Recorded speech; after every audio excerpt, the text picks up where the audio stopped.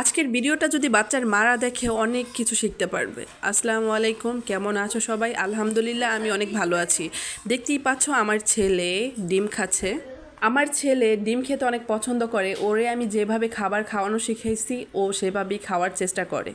আমার first baby মানে আমার মেয়ে, ওরে নিয়ে আমি যে ভুলগুলো করছি সেটা আমি চাই না নেক্সট টাইম আমার ছেলের হোক, সেই ভুলগুলো ওর সাথে আমি করি।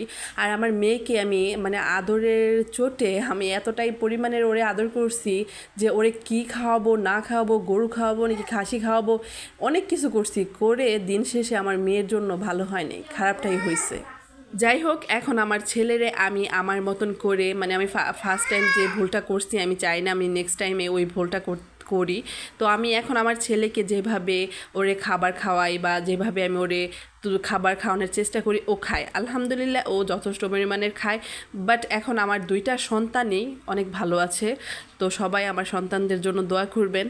আমি শুধু বাচ্চার মাদের বলবো যে মোটা হইলে যে বাচ্চারা সুস্থ থাকে ওইটা কিন্তু না। বাচ্চাদের অল্প খাবার দিয়ে ওদেরকে খাবারটা চিনান, ওরা কি খেতে চায়, মাছ হোক, সেটা গোছ হোক, সেটা ফল হোক, জাস্ট অল্প একটুখানি খাইলেই না ওইটা ওদের জন্য এনাফ হয়ে যায়।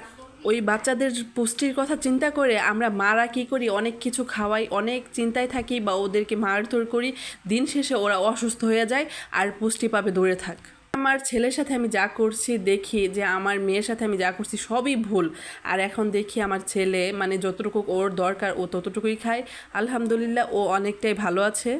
আর আমি চাই না আমি আমার মেয়ের সময় যে ভুলটা করছি ওই ভুলটা অন্য কোনো মা করুক। বাচ্চাদেরকে নিয়ে টেনশন করা বাদ দেন, ওদেরকে ওদের মতন ছেড়ে দেন। কিন্তু যাই হোক, আমার সেকেন্ড বেবির উপরে আমি যা করি এখন তাই আপনাদের মাঝে শেয়ার করলাম। আমি যে ভুলগুলো করেছি তাই আপনাদের মাঝে শেয়ার করলাম। ভালো লাগলে ফলো করবেন, না লাগলে তো করার কিছু নাই। তো সবাই ভালো থাকবেন, আল্লাহ হাফেজ।